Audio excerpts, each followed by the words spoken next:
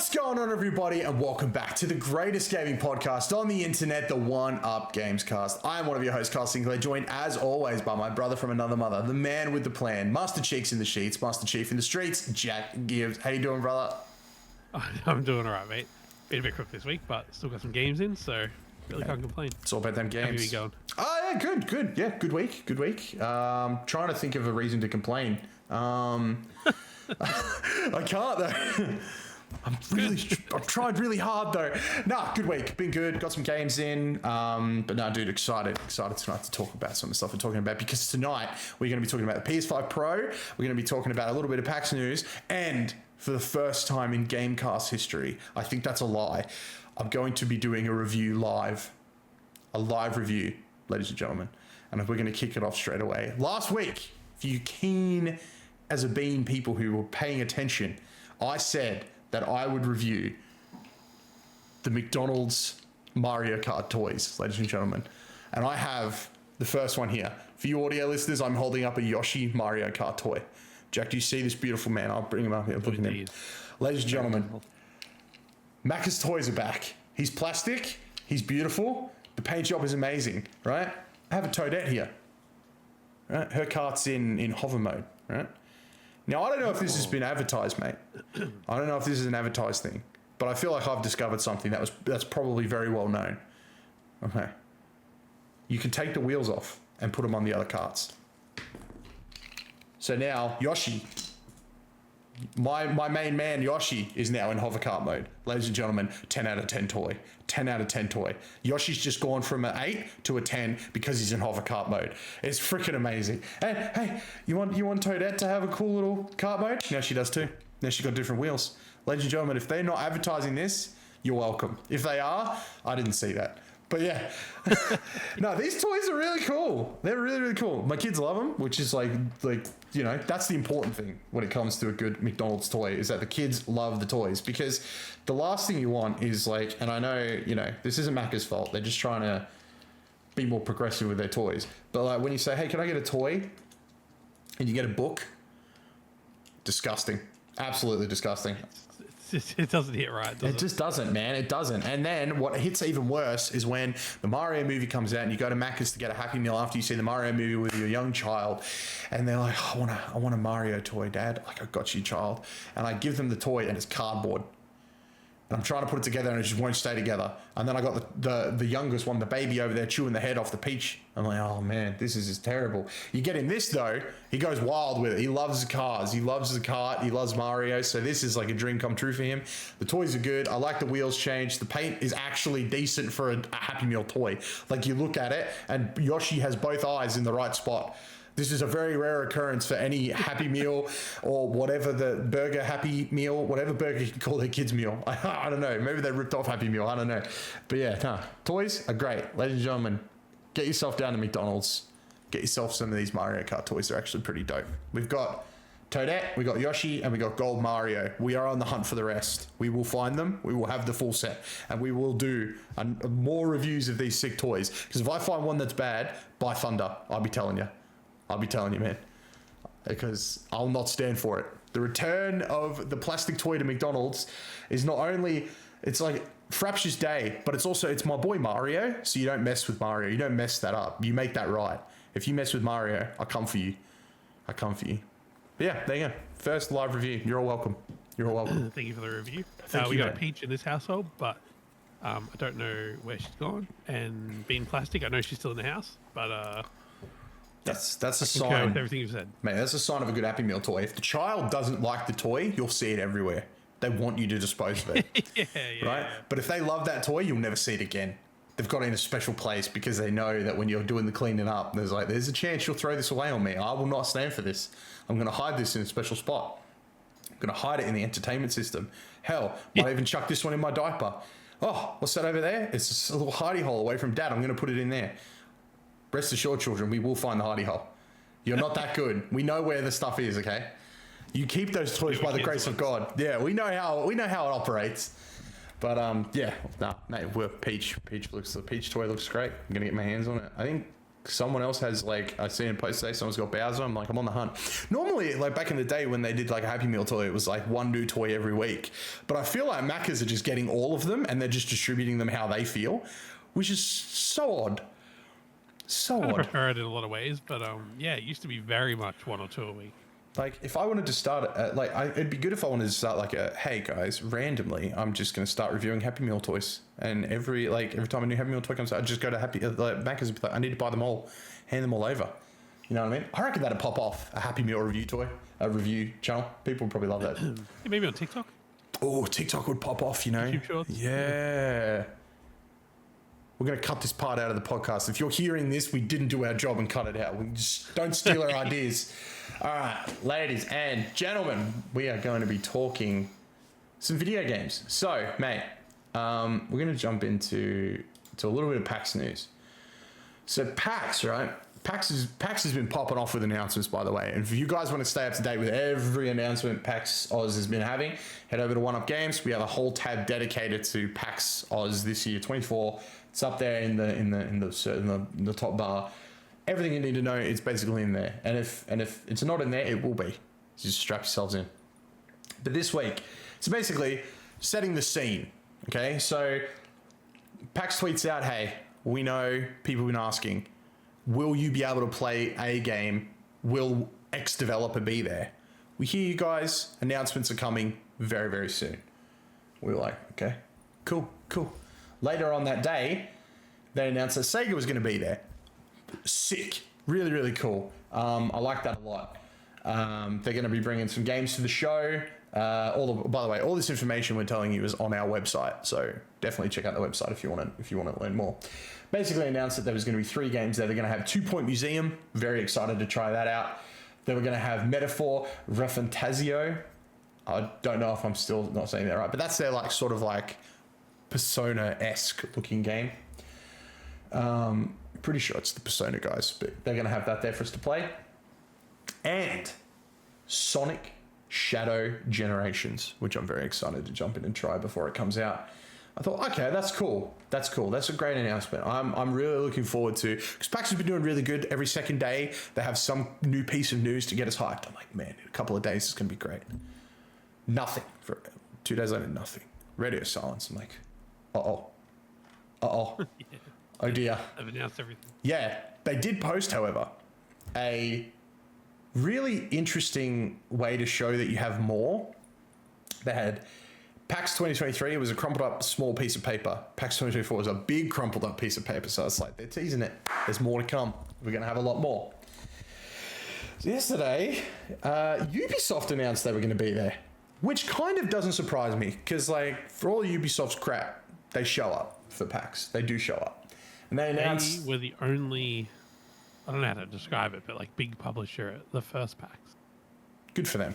Like there was no Xbox, Xbox had a coffee table, but there was no Xbox, PlayStation, Nintendo, EA, I don't know, whoever else. It was just Ubisoft. So yeah, credit where credit is due. Credit to them. They said they were bringing Rainbow Six Siege, which has since been announced that there's going to be a tournament and a showcase sort of thing that they've got going on stage, which is very cool. The thing that excites me the most about Ubisoft is they will have Assassin's Creed Shadows playable ahead of its release. That is really cool. I will definitely be checking that out and I will report back to you sexy people. Very cool, very excited. And once again, radio silence. Now, there was an additional announcement of Xbox, but they specifically called it Xbox Game Pass PC were going to be at PAX Oz. I don't know exactly what the hell they're going to have because, like, they themselves probably have no idea what they're actually doing. As far as I can tell... You could look to Gamescom for that, though, because PC Game Pass at Gamescom was a huge section of their booth. Yeah, but I'm trying to find the actual thing. The thing that puts me off at being anything substantial... also, PlaySide are going to be there. I need to remember that. The only substantial was... It says Xbox Game Pass PC and Lenovo Legion ANZ invite you to relive the past and conquer the future of PC gaming at PAX Oz this October. Games to play, Easter eggs to hunt, photo moments to share, and of course, prizes to win thanks to Xbox ANZ. So this sort of sounds like a retro to now area where you can go through and play on different types of PCs and stuff like that, which is not what I want from Xbox. It sounds very similar to, like, you know, those booths that are like MSI and Scorp Tech are like teaming up for a booth. It sounds like Lenovo and Xbox just teaming up. Like, that's not a bad thing, but yeah, that's absolutely sounds nothing like what Game Pass did at Gamescom. Yes. And PlaySide are going to be there. They're bringing their new game, Kill Knight game, and they're going to have a mouse the game experience. And I reckon that game's going to pop off. Oh, I think so too. I've been on this game since it was shown, and I love that people are like, "Hey man, have you seen this before?" It's like, yes, I have. I was there day one. Get off my ass. I'm ready for this. Don't worry, we're locked and loaded. I will be there. There will be a stream. It'll be great. I'm very excited. I'm ashamed of myself because I learnt of the game on LinkedIn. I know. Oh, I'm going to keep talking. We're just going to push past it. Don't even bring it up. We're just going to push past it. Game looks good, but pushing past it. So here's my question to you, right? Because I am so excited for PAX, right? Lorcana's going to be there. Dungeons and Dragons is celebrating like 40 or 50 years, something crazy like that. They're going to have a whole thing set up.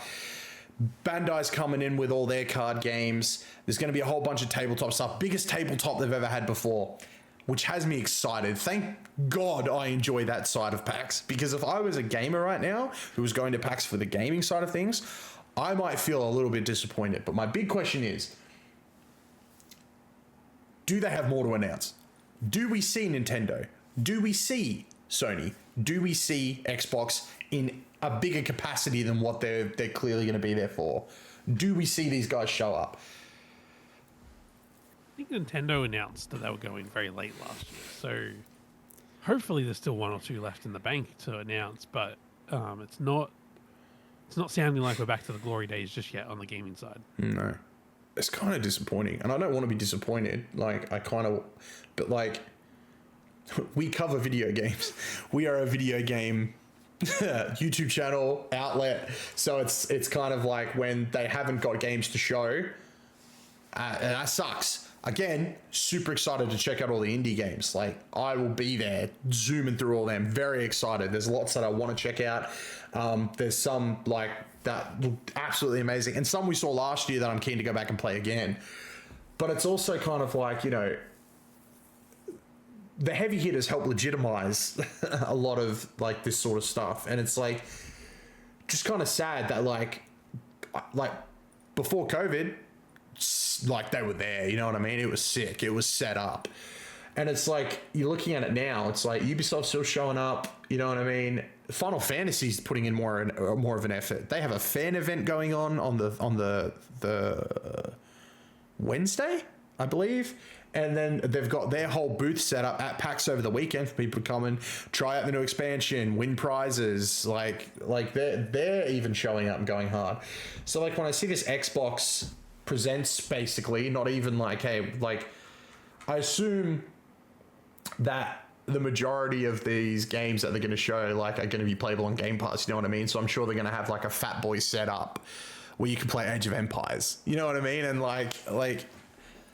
I don't know. It's just, I don't want to be disappointed. I'm hoping we get some more video game announcements. I think we will, but my big question is do we see something more substantial, or or have we just seen what this big crumbled up piece of paper is? You know, like it's weird for them to tweet out how much bigger it's going to be, because seeing this feels about the same.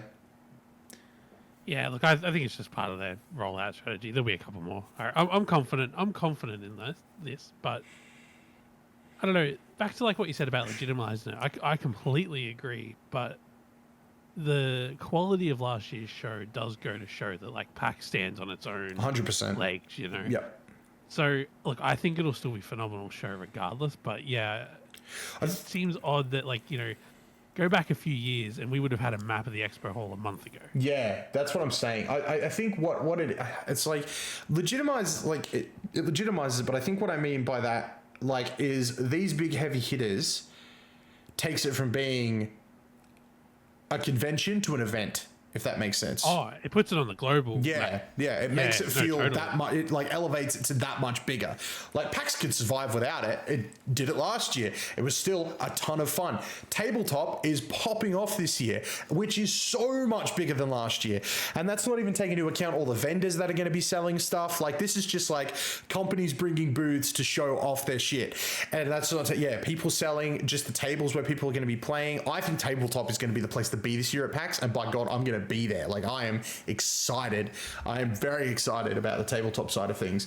And again, super excited to check out PAX Rising. Like all those awesome indie games. So many of them too. Like apparently there's even more than there was last year. And I felt like there was a ton last year. Huge last year, it was massive. So yeah, I'm excited. I'm like, a part of me is like, I want those pre-COVID, like they were glory days, and I think we'll get there again. I just didn't think it would take this long. And like before people say, it's a post-COVID world, it is, but they were all at PAX West. You know what I mean? This isn't a different company. Yeah, they've been everywhere else now. Exactly. They've been everywhere. So why are we the ones being left out in the cold? You know what I mean? Xbox is even going to Tokyo Game Show. That's what I'm saying. Things are happening. I want the tabletop area to be bigger, but I want them to take up more of the convention center as opposed to Squish Gaming. I would not be surprised if, I don't think it'd be next year, but I can see it being the year after, where they just, I would love for them to just like turn PAX Oz into like a PAX West thing. You know what I mean? Like it'll be huge. Like they've got like the majority of the whole convention center. Like that would be amazing. I can see them heading in that direction. But again, to head in that direction, they need the support from these big publishers. I think that's it. Like you would have to have a situation where the second building of the convention center is where you find Xbox, for instance, like a PlayStation. Like you'd have to set it up in a way where the global the global vendors are like sort of spread out evenly, just to get people to mix through a bit better. Because that's always the problem with the convention center is like the way the exhibition center and the convention center join, it creates like a hell of a bottleneck, and it sort of just needs to be spread out a bit more. And but honestly, that's a very small complaint. Like we're so fortunate to have this event that comes to Melbourne and Australia anyway. Like, it's not a huge complaint, but yeah, it'd be nice to see it expand as opposed to honestly be so good shift with the space it's got. But I guess it's an expensive event as well. Like I know getting a booth there is not cheap. The convention center before COVID was $1 million a day. I don't know how much it is these days. I know the government, I have a feeling in the early days they were subsidizing it. I don't know if they do anymore. So there might be. Should. They fucking should. And to be fair, the Vic government, I'm of the understanding they put a fair bit of money into the early PAXs to get it happening. So credit where credit is due there. But I don't know if that money's still there. No idea. Hopefully it is. If not, hopefully it comes back. Because I feel like PAX is such an important thing for just Aussie game developers in general. Aussie board game developers, you know what I mean? Like this is like their E3. This is the only sort of like E3-esque time that they can have. You know what I mean? It's not cheap or easy to travel overseas to all these different places, especially when you're like an indie dev or somebody of like a smaller scale. Like you need these events here in this country in order to get your name out there, get your game out there, get your board game out there, just get yourself out there. You know what I mean? Like I'm talking of someone like, oh man, I used this to get myself. Last year I was a coward. This year I won't be. But yeah, no, like I don't know. I'm fingers crossed that there's room there to expand. My favorite PAX ever was when we accidentally stumbled into the Caravan Expo. That was great. That was a lot of fun. That's right. Yeah, down the end. Yeah, just all these old people appeared, and I'm like, man, PAX is so progressive, man. They got all these. I'm like, there's a caravan over there. What's going on? Walk in there. They were just happy to have people in there, man. They didn't even kick us out. They're just like, yeah, well, I'm sold this caravan. I'm like, bro, that's crazy. I took his business card. I think I got it somewhere. I should borrow a caravan. All right, ladies and gentlemen. Again, PAX, very excited for. It's happening very soon. It is 27 days away. I have a timer on my PC, but I'm not going to trust it because my calendar doesn't tell me stuff. So why would my timer tell me stuff? All right, ladies and gentlemen, we're going to move on to the topic of the show. So after this, honestly, PlayStation's worst kept secret. PlayStation 5 Pro has been announced, ladies and gentlemen. Yes, it has. We're gonna go through it. I'm just gonna read this beautiful, sexy article written by the man, the myth, the legend, my brother from another mother, the man with the plan, Master Cheeks in the sheets, Master Chief in the streets, Jack motherfucking Gibbs over here on OneUpGames.com. Ladies and gentlemen, Sony has revealed the PlayStation 5 Pro this morning, coming to market November 7th, 2025. Mark Cerny, who freaked me out, by the way. You are not the only person to say things like that. He freaked me out. I didn't like it. Watch the reacts on YouTube. I was instantly uncomfortable. Like, I felt like Dexter was talking to me. Like, I was about to get murdered, bro. It was uncomfortable. I did not like it. The man's an android. He's not real. I saw, it might have been Luke Stevens or someone like that on TikTok, and they were like, this man, he seems like he would have a cup of tea with every meal. And it's like, I get exactly what that means. Dude. Oh, dude, 100%. He just gave off I'll eat you vibes. Like, freaked very me out. Calmly though. Yeah, very, right. Yeah. You know, I'll put a bib on and or an apron or something while I do it. You know, like it'll be a clean fest. The way he talks makes me think the Terminator franchise could be a real thing. Skynet is active. He is Skynet. Like, he creeps me out. It was crazy. I think he's very articulate. You know. Yeah, and yeah. I think that helped with this presentation. Oh, 100%. He needed it. Yeah. But it also felt like he was about to be like, you know, ladies and gentlemen, please remain calm. The plane is going down. Like, dude, you should never deliver bad news, because I feel like you'll deliver it in such a way that no one's going to take it serious. But in saying that, he did deliver bad news. We're getting to it. Mark Cerny in a 9-minute video went through the 3 main improvements to the console. Firstly, raw horsepower with a larger and faster CPU. Secondly, much faster ray tracing. Lastly, AI upscaling that Sony is calling PSSR. I got really scared when they said that. PlayStation Spectral Super Resolution, by the way, because it was so close to the USSR that I thought, ooh, be careful. Yeah. That was GPU, by the way. The CPU, I think, got a 10% bump. Oh, sorry, my bad. Not a huge bump to CPU, which makes sense. I can't read. That's right. It's just basically the reason I wanted to just be clear there is that all 3 of those things are just really more GPU and more GPU functions. Anyway. Yeah. In summary, what this most aims to achieve is fidelity modes of the PS5. At performance mode, frame rates. Sorry, I can't read. Examples were given of games such as The Last of Us Part 2 running at 60 frames per second, but with all the detail of the 30 frames per second mode on the PS5. Another example demonstrated was Horizon Forbidden West, showing some improvements visually, such as lighting on the PS5 Pro.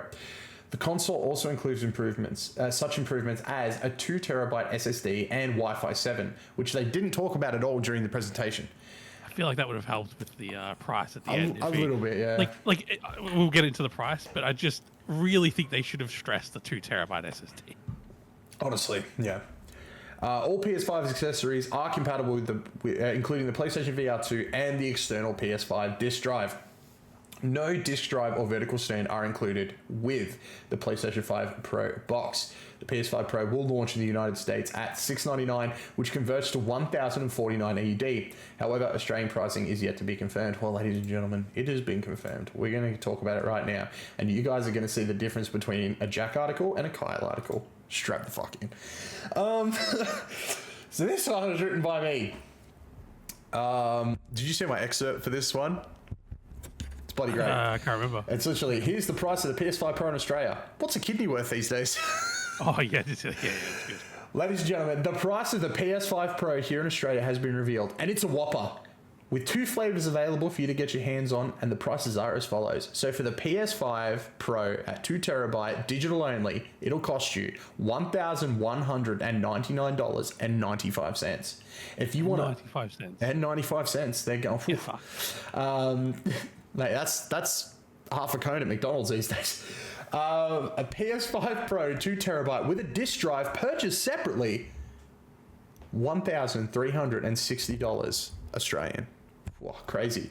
But if you guys want to go the extra mile and actually stand that mother effer up, the PS5. Oh, hang on. We'll do the disc drive first, because the disc drive's crazy. The disc drive on its own, $160. And guess what? You can't buy it anywhere, because scalpers have already bought them up from Amazon and everywhere else, making them impossible to find. Because they know that when people buy this new console, they're going to want the digital, the disc drives, because they all hate digital apparently. So That's they're a lot of money for a fucking Blu-ray drive. Oh, I guess it's a man. 4K Blu-ray drive. Yeah, anyway, move on. It's what's crazy is like people that are going to want to play with the disc, or people that are going to pick up the. I actually feel angry for these people because people that are stupid and are going to upgrade to the Pro, or are like I shouldn't say that. People that are misinformed and are going to upgrade to the PlayStation 5 Pro from a PlayStation 5 are going to get fleeced on a freaking disk drive because there's no way someone's going to sell it to you for 160. They're going to be like 220, 250. People are going to make a return on this shit. Like, it's disgusting. I mean, hate part of me is scalpers. like, you've got the money for the Pro, then you've probably like, what's another 250 for you? Well, you say that, but I'm also thinking of the people that don't actually understand, like, is this something that they need? And then they're like, I'll just trade in my PS5 right now to EB, get a little bit of a head start. They lose their disk drive. And now they're going to get fleeced 250, 220 bucks on a disk drive that they already had in a console that really didn't need an upgrade. You know what I mean? It's it's rough. I feel really sorry for those people. I really do. But yeah, if you want to stand this guy up, you can definitely purchase a vertical stand. That will cost you a further $49.95 for a stand.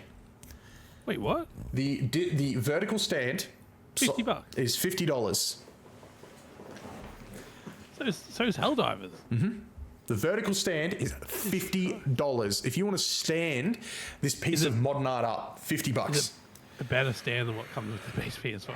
I actually think there's less of it. I haven't got one of these stands. You know what? I'll buy one of these things just to compare, but I would say, like, it looks like basically what this stand is like a circle with a slit through the middle to slide it onto and two moon-shaped holes in it for $50. Oh, nice. Classic. Great. But yeah, that's crazy. You can start pre-ordering them from the 26th of September at 10 a.m. over at EB Games here in Australia. And I assume GB Hi-Fi and everywhere else. EB was the only place that had the information when the article was written. Yeah, fair. So, mate, I think people I'm shocked. will know where I'll we tell you what stand I'm on it. shocked most about. Yeah. Right? $50 stand? Shocked. No, I'm actually shocked at how pissed off people are. I don't disagree with said people. I'm just shocked that everyone's like, yeah, no, I'm good. Shit's expensive, man. I think people are starting to wake up to the fact that, like, this is literally my problem with the PlayStation 5 Pro is the promises that it's making are the same promises they made when they launched the PS5. Such a great point. That is my problem. I guess I'm in an echo chamber. Like, you know, a lot of people I follow on Instagram, for example, are PlayStation diehards. Mm-hmm. And for the last 6-7 years, have never said a bad word, Yep. you know? And I just assumed we'd be all keen for the Pro, you know? Like, why not? Like, you're making content, your Instagram account, you got 100,000 followers, your PlayStation content kicks off. I just assume you'd be like, fuck, gotta get the next one, you know what I mean? Yeah. But no, like, the whole community's just like, nah, this ain't it. And I'm actually surprised that Sony's getting that much kickback. I think they've, you know, look, if it included a disc drive and the vertical stand and you know, maybe it wouldn't be so bad. Like, I feel like there's two problems here. One is like the price and value is a problem, but then they've just removed shit from the console. You know what I mean? Like, it used to come with a fucking stand. That was nice. It used to come with a disc drive. Well, you know, to be fair, obviously there was the digital version, but yeah, I don't know, man. I feel like they've just sort of swung their weight around a little bit on this one. And you're right with the promise. Like, you know, we could sit here and talk for hours about, you know, 60 frames a second, which I just want to stress is not, you don't have to be 60 frames a second to get PS5 Pro enhanced on your box, on the, like, game box. You've just got to have some features that are better than PS5. So it doesn't actually have to be the frame rate. Yep. But, you know, we could talk for an hour about, you know, frame rate and picture fidelity and resolution and all these great things. I love those topics. I really do. But I think you're right. Like, we were promised all this fucking 4 years ago when it was like, hey, this generation's all going to be about, you know, 4K 60 frames a second. And it's very rare a game hits those two things at once.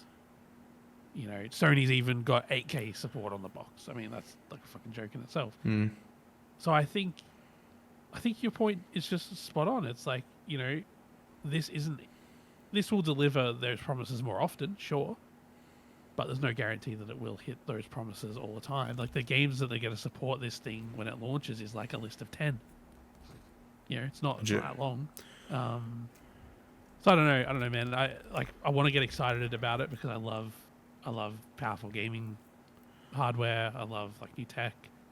You know, I've got a pretty decent gaming PC that I love because I love this shit. I love frame rates, all that good stuff. And I love the idea of all that in a console. You know what I mean? Like, I love that these consoles are snappy with their SSDs. I love that they look good on a 4K display. Like, I love a lot about them. But, you know, and to Mark Cerny's credit, the thing I hate most about console gaming is like, I gotta like, I load up Horizon Forbidden West, right? And I'm like, fuck, this game looks beautiful. Bit choppy. Yeah, 30 frames. All right. Immediately has to go to Google and find out what I'm going to sacrifice at 60 frames. What, you know, in Sony games, thankfully you get a 40 frame option, which is great. But I'm still left there Googling, watching Digital Foundry, trying to figure out what the fuck I've got to sacrifice for the game to run well. And so when he came into that video and he's like, this is what developers want us to solve, I was like, holy fuck.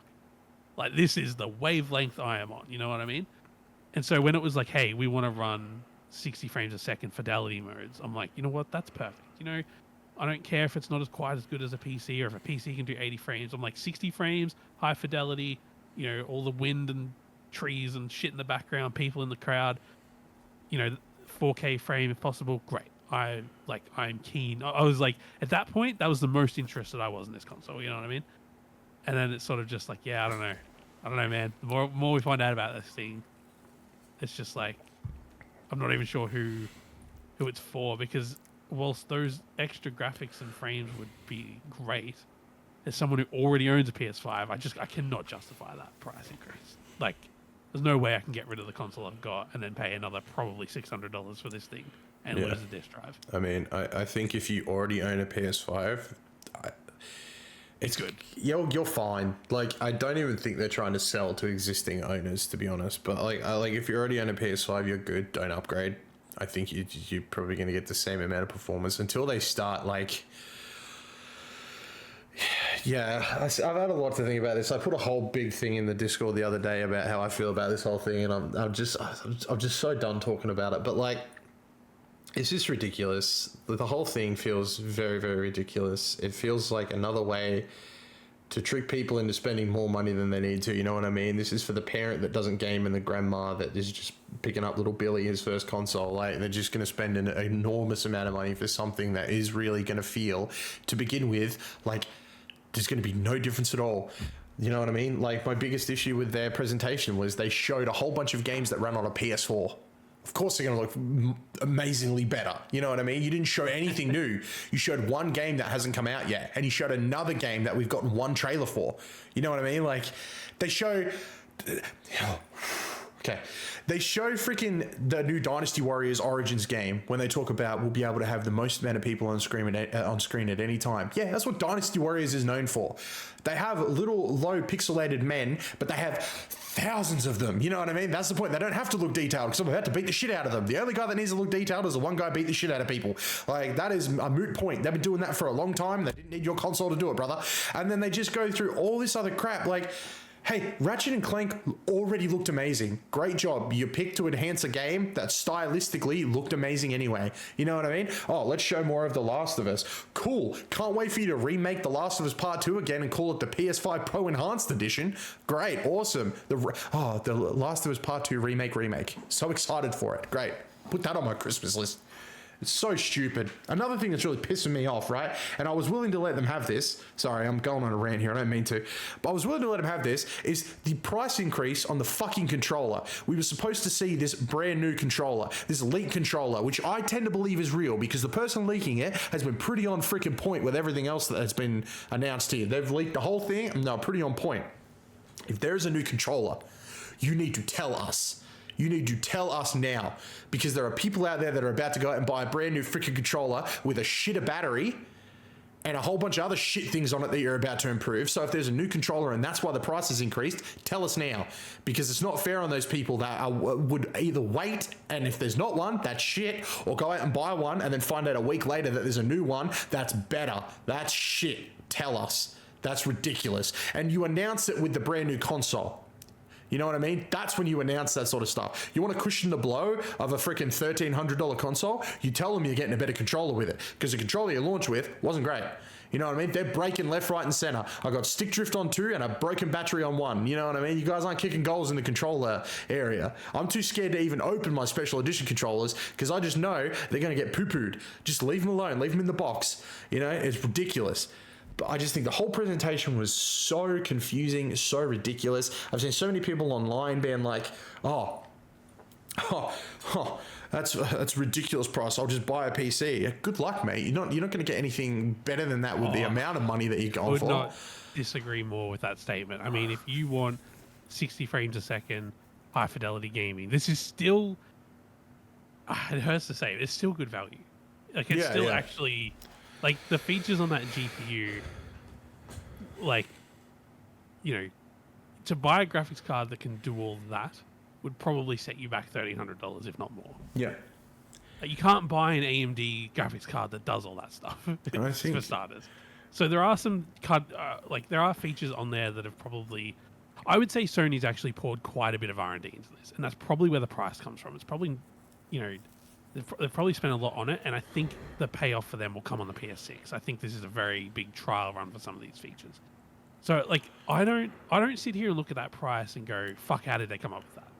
I don't.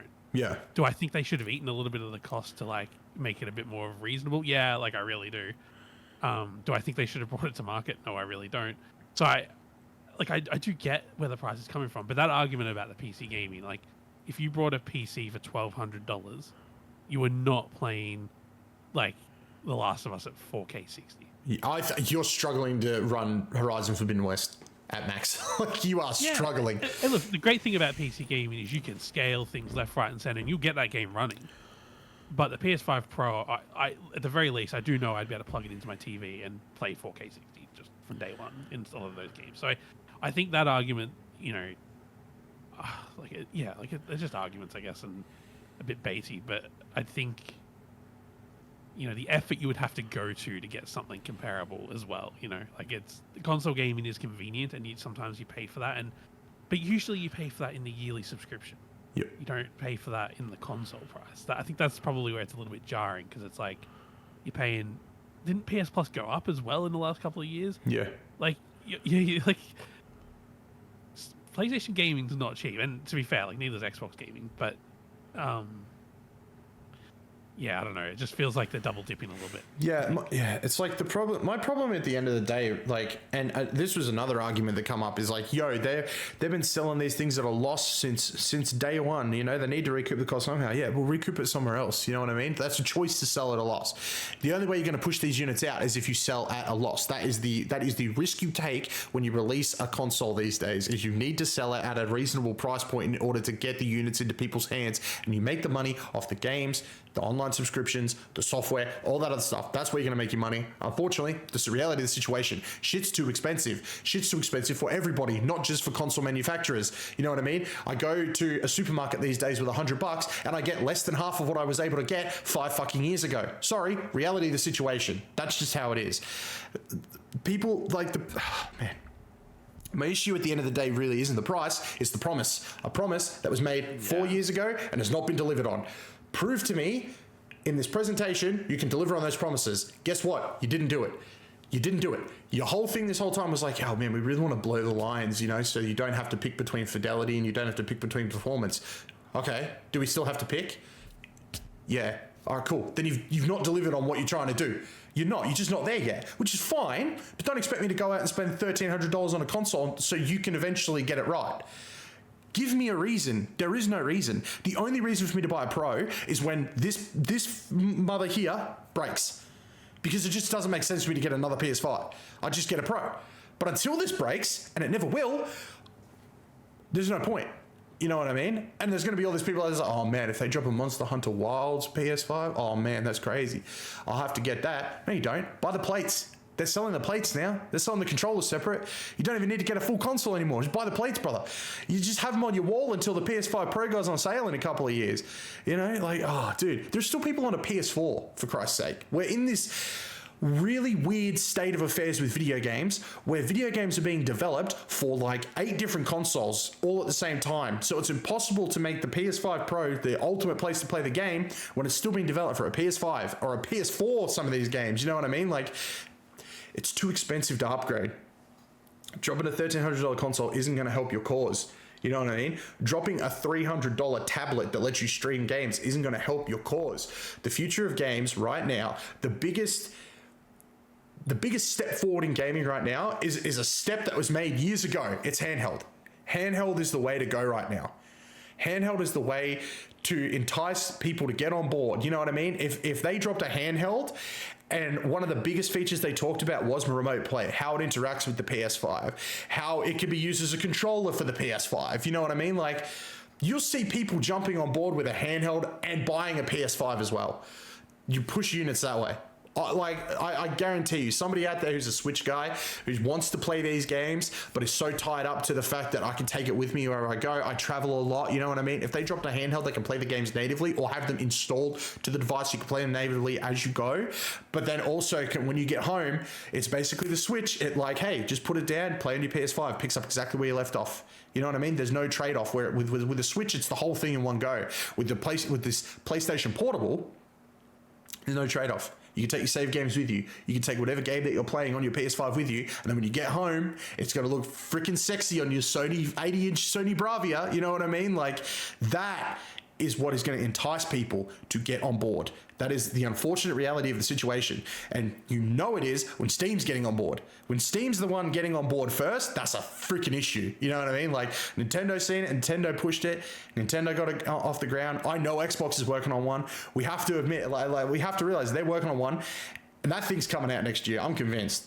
And if PlayStation isn't working on one, then they really have got their blinders on to the entire situation that they're in right now, and I don't think they care. It's the whole thing just feels, scummy's not the right word. The whole thing feels like it feels like they're blind, like they're just blind to the situation at the moment, that they just really don't have an understanding. Like, they've been in their own bubble for the last 4 years, and it popped the other day. I think the problem is that they haven't been doing anything in the bubble. Like, if they'd been releasing 1 or 2 next-gen games a year that were only on the PS5, and like pushing the boundaries of the PS5, and then I guess that would be like working towards that promise that you were talking about. But you know, then this probably wouldn't sting so much, even if it was the exact same console, the exact same price. Yeah. But at the start of the generation, they said, you know, we believe in generations, and they have released like 1 PS5 game since. Yeah. I think. Legit. Yeah, 2, maybe 2. Spider-Man's only on PS5, right? Spider-Man 2. So they've released 2 games. Yes. Yes. Yes, it is. Yes, it is. Yeah. Great game, to be fair. Great game. It's just, like, yeah, I don't know. It's a little out of touch. Like, I think they should have at some point in the last couple of years looked at their slate of games, looked at their competitors, looked at the market, and gone, you know what? Keep doing the R&D on this project, but scale it back, get it ready for the PS6. Legit. You know, I think Xbox not doing a pro console, assuming that still remains true, an elite or whatever they'd call it, you know, I have to imagine they thought about it and were like starting to do it. But I think not doing it makes sense because they're in the same boat. They haven't pushed the Series X far enough yet. Yeah, 100%. And that's why I think they woke up and went handheld. It's what people want. Look, I know there's a lot of criticism of the Series S out there. I don't think it's fair criticism for the most part, but you know, I understand where that criticism's coming from. If they release a handheld one day that can run a lot of Series S games, you know, that'd be quite something. I think it'd be a stretch. Don't get me wrong, but they may end up of building themselves into a situation where a lot of games from this gen now work on whatever's next in that space, which would be kind of cool. But you know, there's still the issue of the Series S. You know, you plug it into a wall.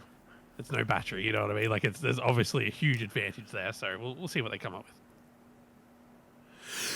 Yeah, well, mate, I think that's all that's all I can really handle talking about this thing again. It's been a hot topic for everybody the last couple of days. I just thought we should get our two cents out there, you know what I mean? But yeah, so ladies and gentlemen, be sure to let us know what you think of the PS5 Pro and you know, give us your thoughts on it. We want to know, we want to hear. You can let us know over on the articles on the website. You leave a comment there, or you can comment down below on the YouTube video. But yeah, that's going to do it from us this week, guys. Thank you so much for listening. Jack, thank you very much for joining me. Thank you for having me. Oh, mate, let's do it again next week. Yeah, thank you guys. We really do appreciate it. Don't forget to follow us on podcast service or like and subscribe here on YouTube if that's where you are. And please do go over and check out oneupgames.com. There's a lot of stuff going up there at the moment. It's pumping along, boys.